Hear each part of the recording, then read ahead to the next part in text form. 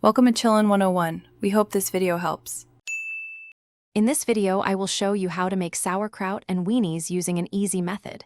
First, you'll need just a few basic ingredients: cabbage, salt, and your preferred hot dogs.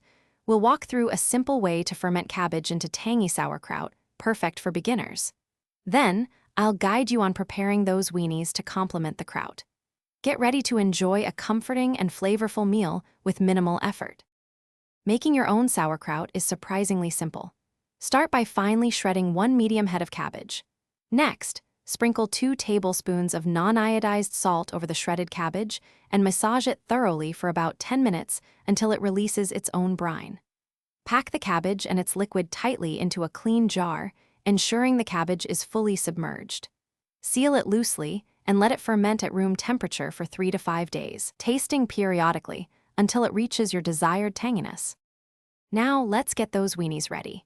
You can use any type of hot dog or sausage you prefer.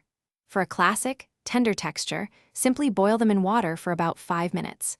If you like a bit of crispness, pan-fry them in a skillet with a small amount of oil over medium heat until they're nicely browned. Alternatively, grilling them for a few minutes per side will give them a wonderful smoky flavor. Choose the method that best suits your taste. Once your sauerkraut is fermented and your weenies are cooked, it's time to bring it all together. First, drain any excess liquid from your homemade sauerkraut.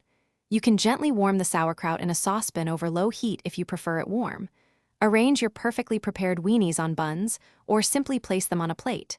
Then, spoon a generous amount of that delicious, tangy sauerkraut right on top. This easy and satisfying meal is now ready to be enjoyed. Thanks for watching. Consider subscribing if we helped you.